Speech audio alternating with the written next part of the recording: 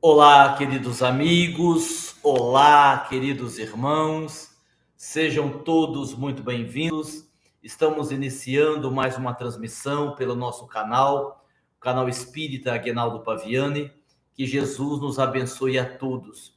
Muita paz aos nossos corações. Sempre é um grande prazer estarmos aqui falando coisas que vão influenciar, espero eu, positivamente em nossas vidas. Você que está acompanhando a nossa transmissão, mais uma sexta-feira, Jesus nos abençoe a todos. Bem, antes de nós falarmos sobre o tema, antes de fazermos qualquer coisa, vamos à nossa prece, vamos à nossa oração, tá certo? Como eu estou sozinho aqui hoje, me abandonaram, sozinho em relação aos encarnados, né? A desencarnados tem um monte. Mas como entre os encarnados eu estou só, eu então vou aqui fazer a minha prece sem apagar a luz, tá certo? Porque não posso me levantar. Vamos então para a nossa prece. Amigo Jesus, que a sua paz seja inspiração diária para a construção da nossa própria paz. Que este modelo de ação no bem que o Senhor nos trouxe seja um modelo copiado por todos nós. Querido amigo, que a sua doçura, que a sua misericórdia e principalmente que o seu infinito amor nos alcance a todos. Que a partir deste momento tenhamos a disposição de, ouvindo a palestra, pensarmos acerca da importância da sua mensagem, da importância do seu evangelho em nossas existências. Ampara-nos, Senhor, neste momento de aprendizado, mas também nos ampara em todas as situações da nossa vida. Que assim seja. Muito bem, pessoal, vamos lá. Eu já disse em outras oportunidades que, vez ou outra, nós trazemos aqui para apresentarmos a vocês, para aqueles que porventura não conheçam, as atividades da nossa editora Sintonia. A editora Sintonia, ela faz parte da estrutura, digamos assim, do Caminho de Damasco. O Caminho de Damasco, como instituição espírita, fundada em 1940, tem no seu trabalho social uma das suas referências. O trabalho relacionado às crianças do Centro de Convivência Infantil e Juvenil Benedita Pimentel, crianças de 6 a 15 anos, atendidas pela instituição, como também uma das referências do nosso trabalho é a própria atuação do Dr. Klaus, espírito este que está conosco há 17 anos, atuando na área das cirurgias espirituais, de forma presencial toda terça-feira e aos domingos no tratamento espiritual à distância. E a editora Sintonia é a outra referência da nossa instituição Caminho de Damasco. Em verdade, existe uma bela e duradoura parceria entre a editora Sintonia e a instituição Caminho de Damasco. A editora Sintonia, ela é responsável pela edição dos nossos livros, sejam eles psicografados ou de nossa autoria. E isso significa que toda vez que você deseja ajudar um trabalho social, toda vez que você deseja ajudar a nossa instituição e não quer simplesmente fazer uma doação, você pode adquirir os livros da editora Sintonia. Nós temos hoje 39 livros editados, o mais recente, Os Chamados e os Escolhidos, de José de Moraes, e outros tantos livros de autoconhecimento e de estudos da doutrina espírita. E na noite de hoje, aproveitando aqui que eu já estou fazendo esta propaganda e por que não fazê-la, esta divulgação, nós vamos trabalhar um pouquinho algumas questões deste livro, que é um livro editado pela editora Sintonia. É um livro muito simpático, é um livro de capa dura, é um livro de autoconhecimento, intitulado Uma Questão de Escolha.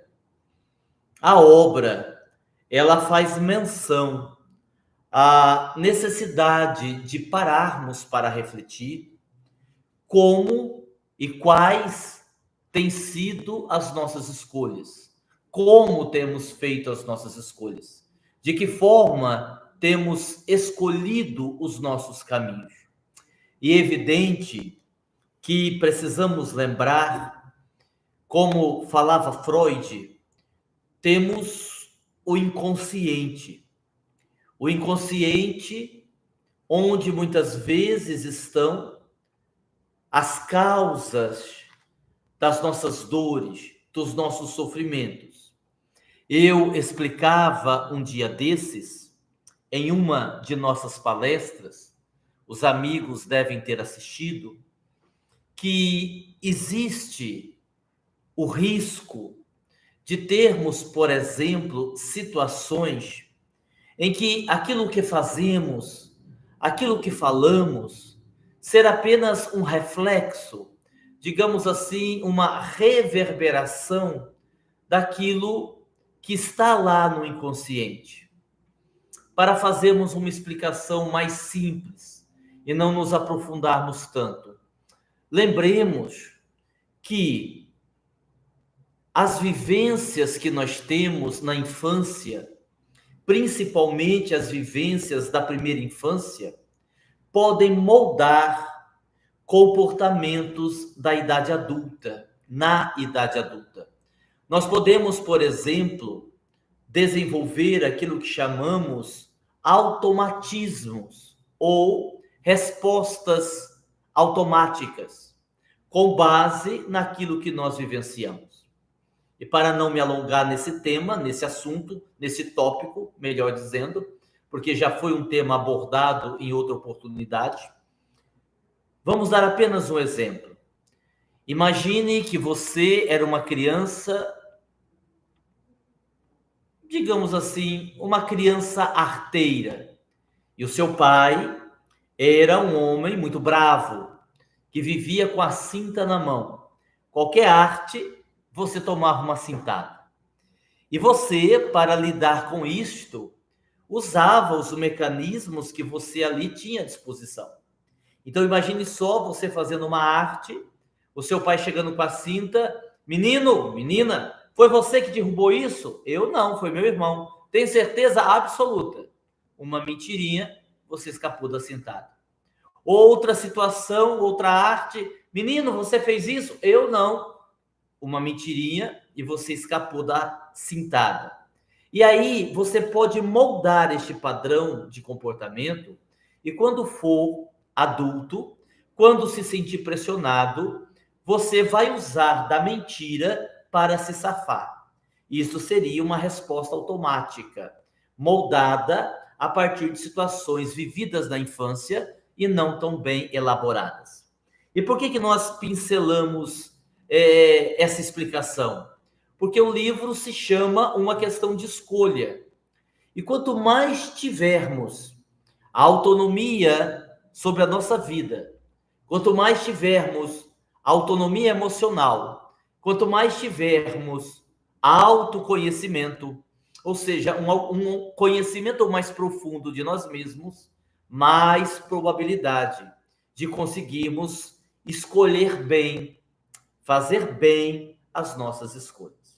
Sendo assim, feita essa explicação, feita essa introdução, vamos ler aqui o prefácio do livro.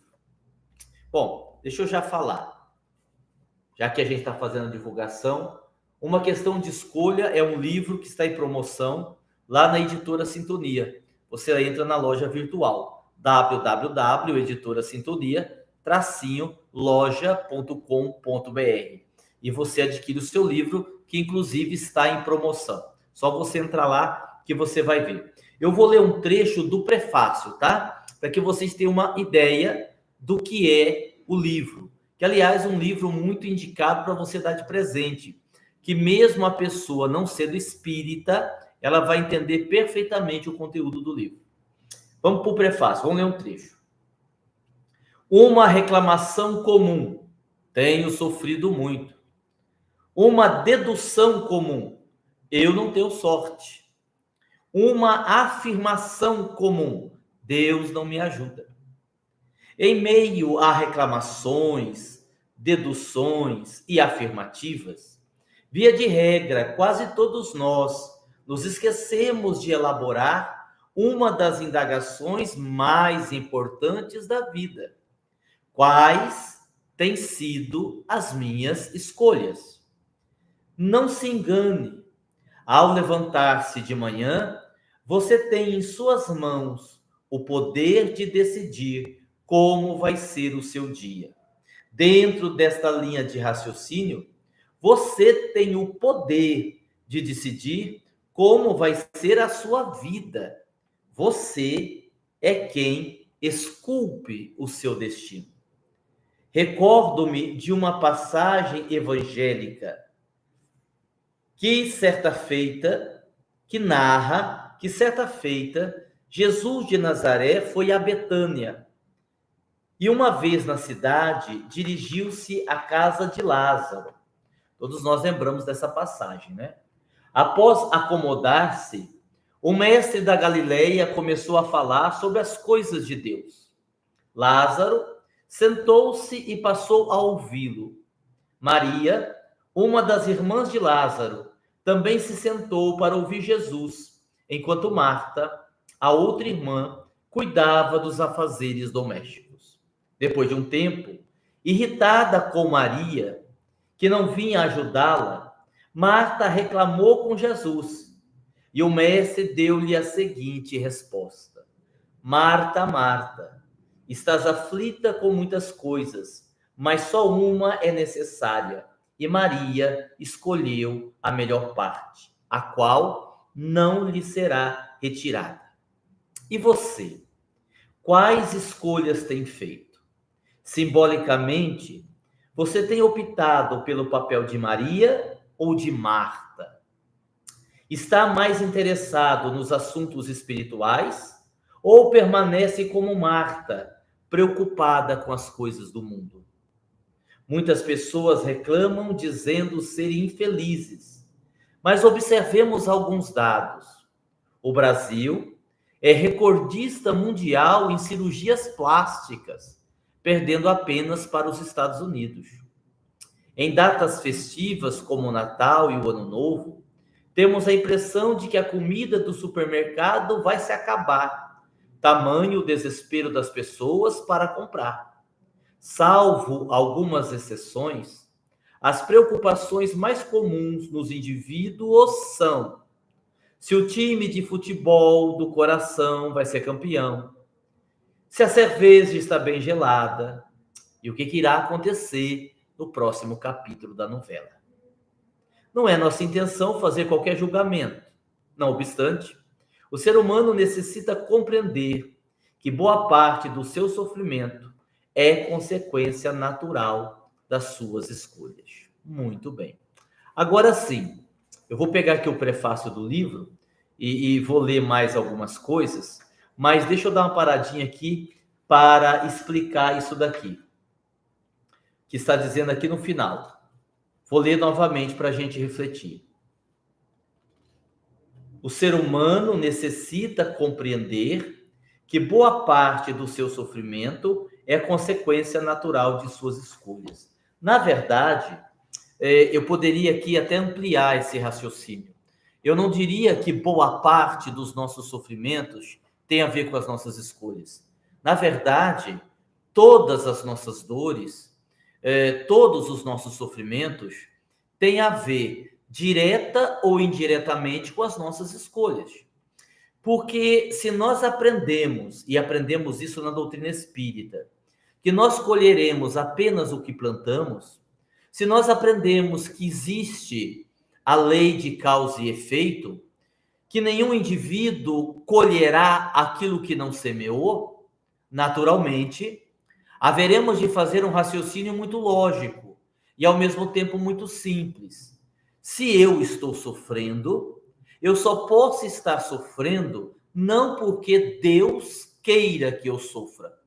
E também eu não posso estar sofrendo por acaso, já que o acaso não existe.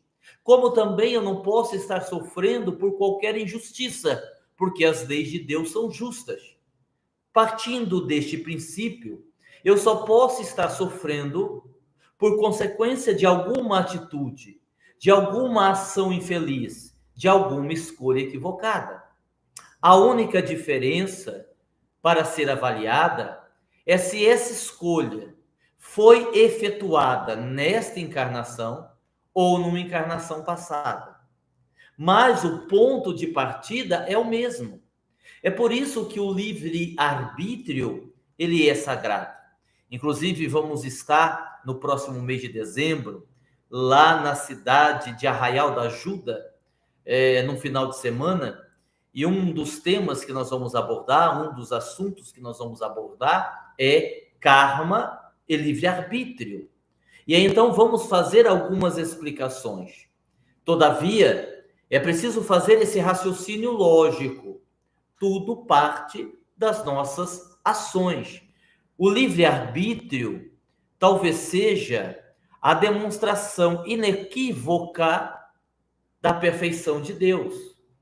O livre-arbítrio talvez seja a forma mais explícita que nós temos de compreender que Deus não dá privilégios para ninguém.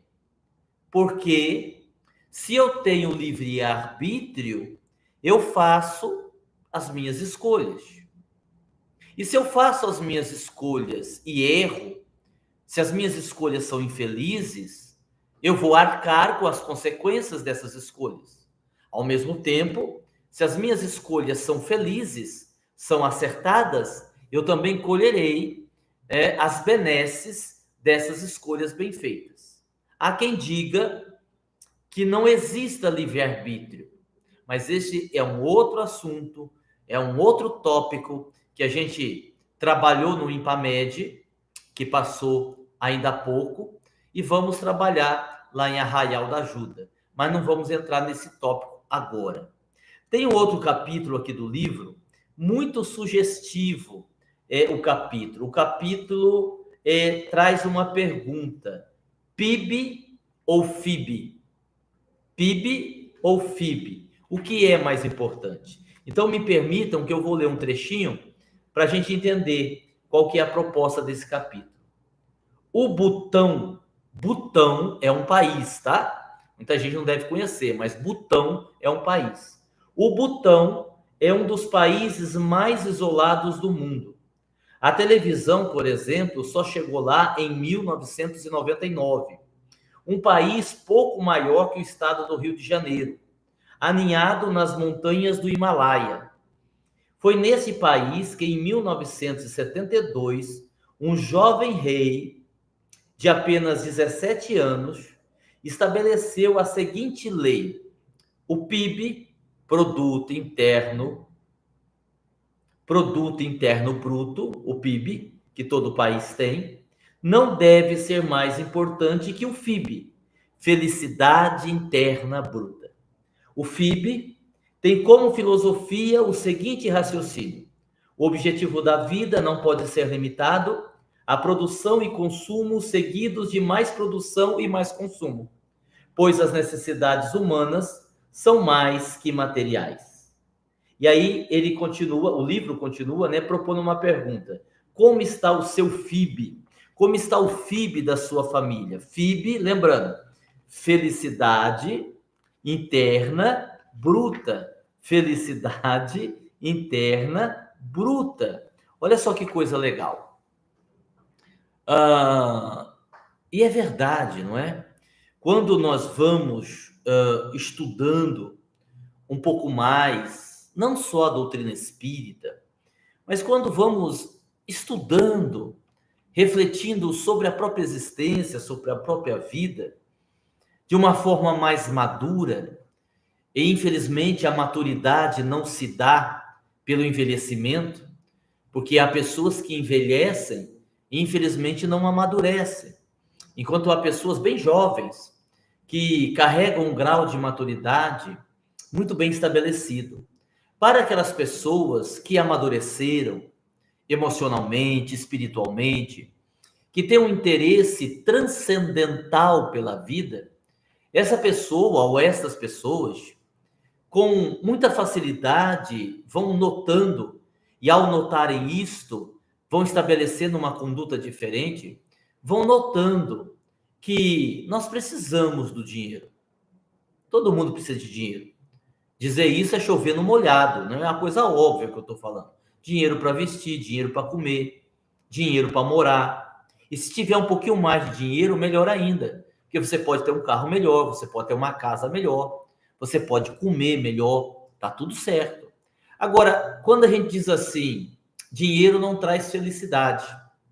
E muita gente transforma essa frase em meme, né? E fica fazendo brincadeira. Ah, se dinheiro não é importante, se dinheiro não traz felicidade, me dê o seu dinheiro, né? Que eu vou ser feliz com dinheiro. Mas quando a gente usa essa expressão, dinheiro não traz felicidade, nós não estamos dizendo que o dinheiro não é importante.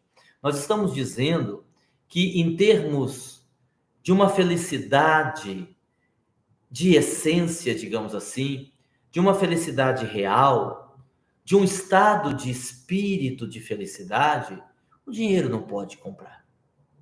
O dinheiro não pode comprar.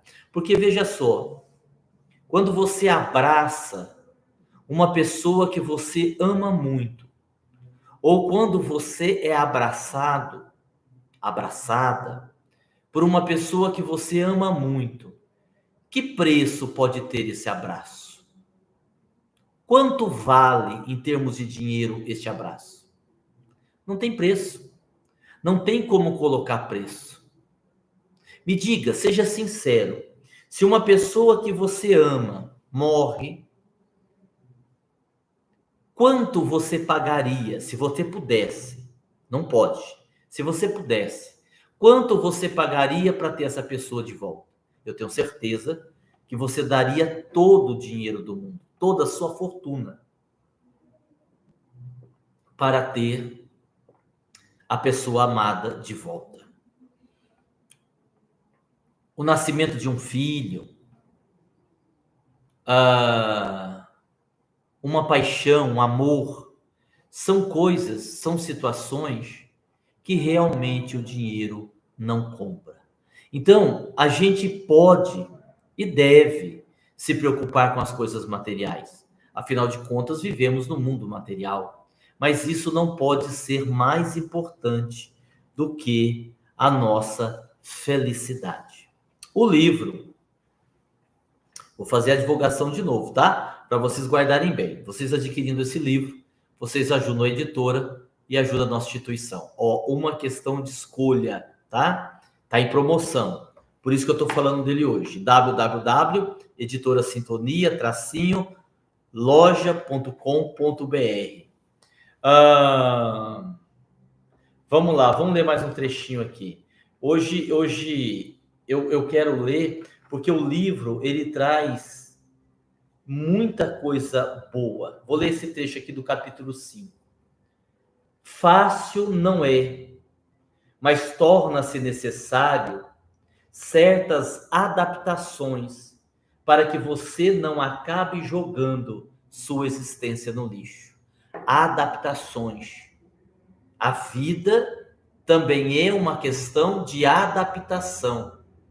Quando conseguimos nos adaptar a situações difíceis, conseguimos continuar caminhando.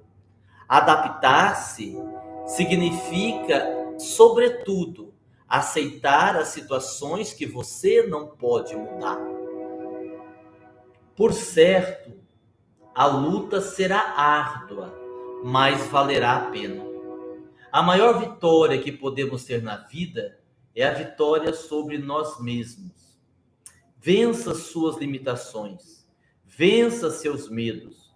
Considere as dificuldades etapas que farão você evoluir espiritualmente.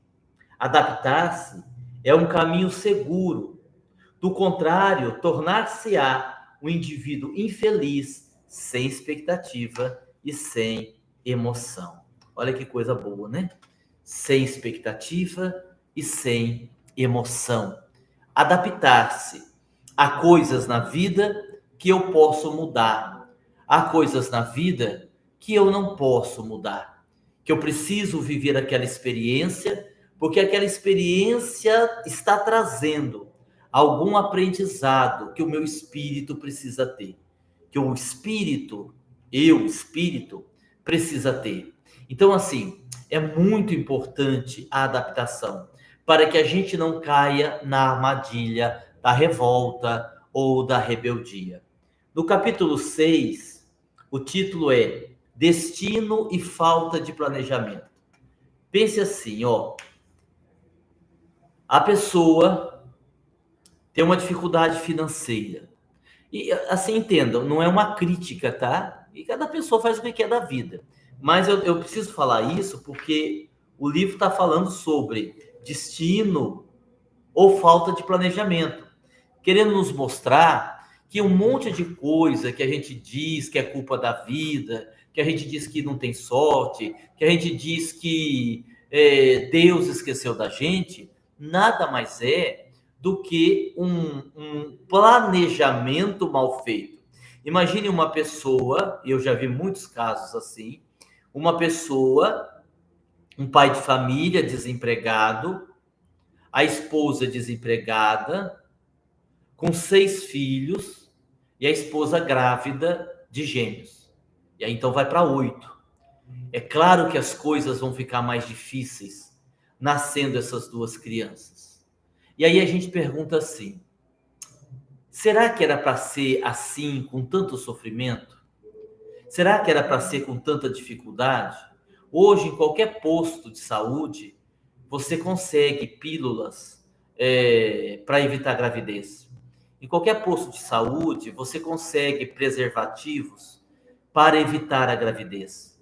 Por que que uma pessoa que está desempregada, que está numa situação difícil, que já tem um monte de filho, se permite a ter mais filhos? E aí, nesse caso, nesse exemplo que eu dei, ainda é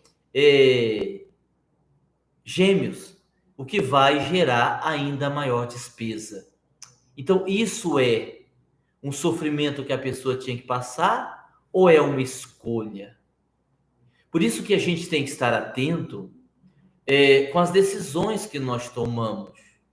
De repente, numa briga de trânsito, a pessoa ofendida saca de uma arma e dá um tiro na outra.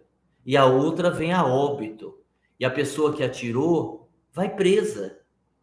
E se não conseguir um bom advogado, se não for réu primário, pode aí passar 10, 15 anos numa cela.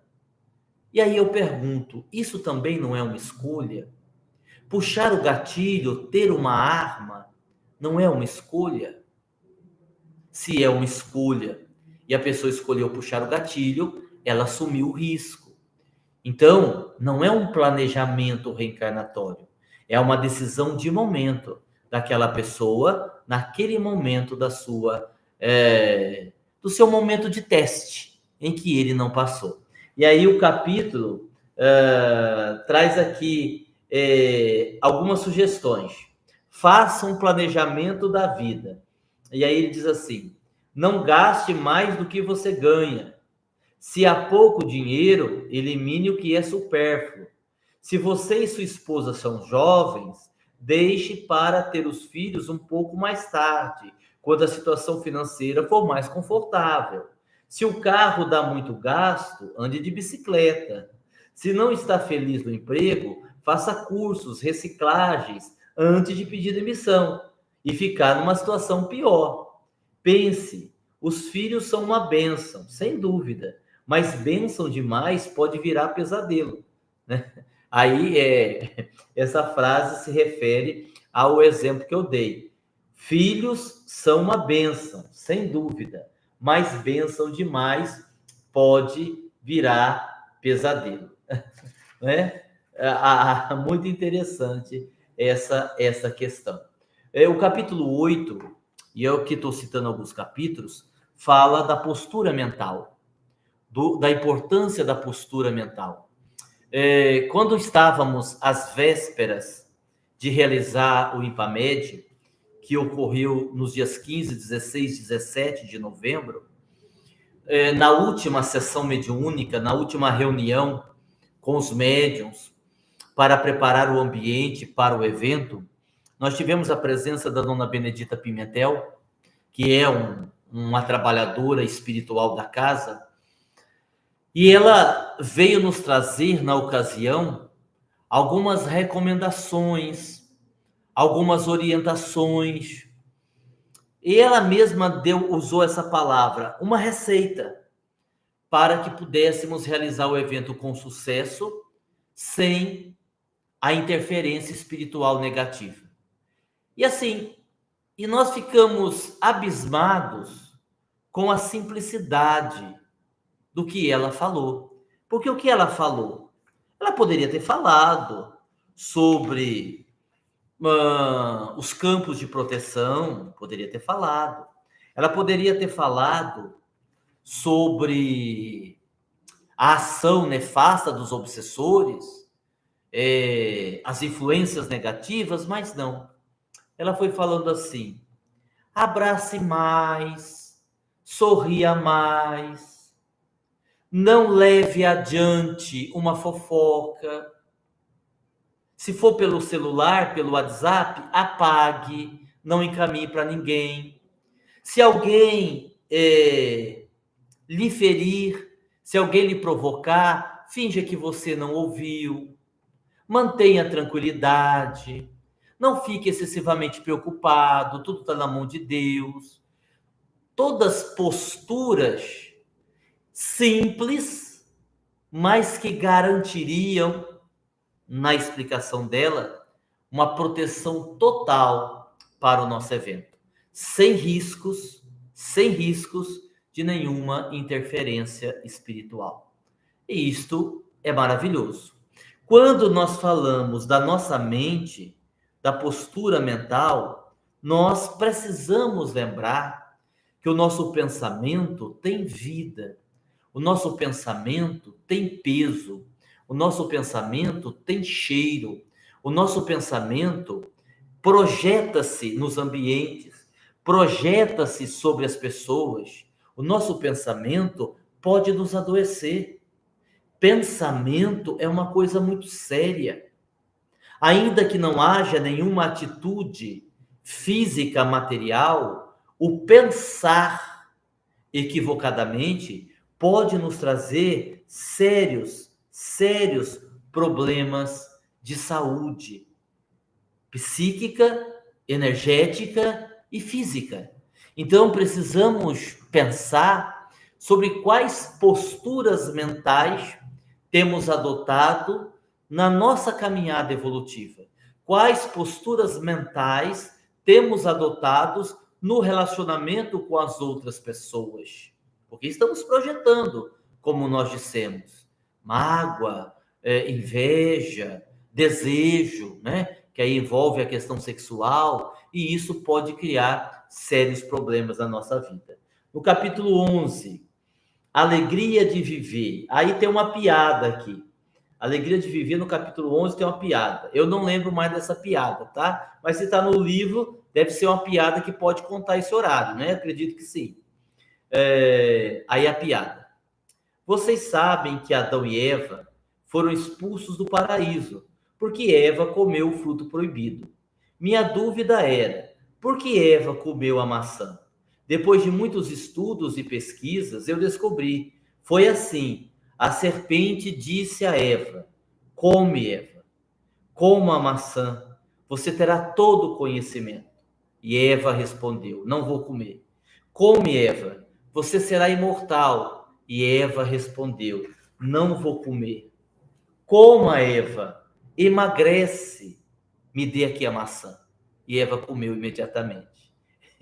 E aí Eva devorou a maçã, né? É uma brincadeira, uma piada que mostra o quanto nós nos preocupamos com o corpo, porque emagrecer, né? Ter o peso ideal, ter barriga de tanquinho, né? É quase uma neurose hoje em dia, né? A gente precisa estar magro. Nada contra o cuidar da saúde. Porém, a gente sabe, ou a gente deveria saber, que o melhor mesmo é cuidar da alma, né? O corpo envelhece, o corpo adoece, e mais cedo ou mais tarde o corpo perece. A alma, o espírito, sobrevive a tudo isto, né? A bagagem que nós carregamos, sob o ponto de vista espiritual, emocional, é o que realmente importa na nossa vida. E aí, antes de encerrarmos, antes de fazermos a conclusão, nós queremos ler mais um capítulo, um trecho só. Me permitam, me desculpem hoje, eu habitualmente não leio nas lives, mas hoje eu quis fazer uma coisa diferente, eu não quis preparar o capítulo. Eu estou lendo aqui e as ideias estão vindo no momento. Também é gostoso assim. No capítulo 14, fala de responsabilidade. E o capítulo 14 tem o título Lancemos mão da enxada. A lâmina afiada da enxada da caridade deve penetrar de maneira ávida o solo pedregoso do nosso coração, a fim de que no futuro o plantio da boa semente dê bons frutos com mais facilidade. Não é exagero afirmar que no decorrer dos séculos, na condição de espíritos imperfeitos, cometemos muitos equívocos. A fonte de bênçãos divinas sempre esteve à nossa disposição. Não obstante, portadores de uma adipsia, nós menosprezamos as águas que jorravam da fonte. Quero dizer que na atualidade há mais pessoas resistindo ao mal do que propriamente dispostas a fazer o bem. Deixaram de plantar o joio, mas ainda não se dispuseram a semear a boa semente. Quem resiste ao mal demonstra que está começando a pautar a sua vida nas leis de Deus. Quem já fez o bem demonstra maturidade espiritual e consciência desperta.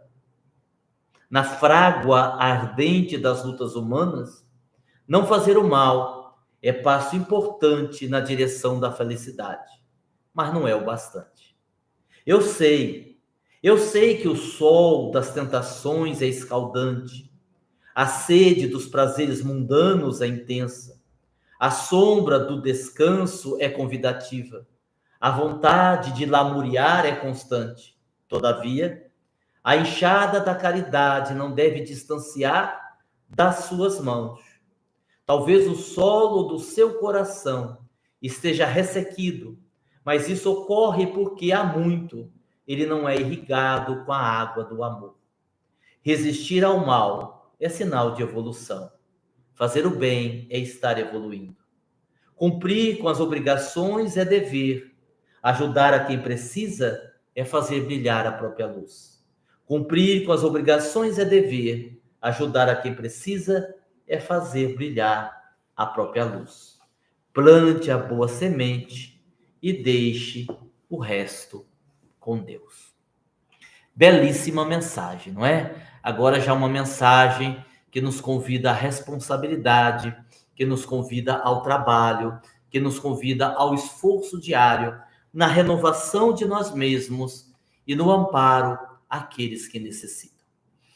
Eu desejo a todos muita paz, espero que tenham gostado desse estudo. Está aqui o livro, Uma Questão de Escolha, tem um conteúdo muito bom, tá? E você adquirindo, você ajuda a nossa instituição, tá certo? Fiquem com Deus, muito obrigado. Obrigado às pessoas que nos acompanham. Obrigado às pessoas que têm feito doações para ajudar na ampliação da nossa instituição. Obrigado às pessoas que estão sempre conosco no chat, que estão sempre conosco nas nossas transmissões. Obrigado a todos que ajudam a manter em atividade os trabalhos da Casa Caminho de Damasco. Fiquemos todos em paz.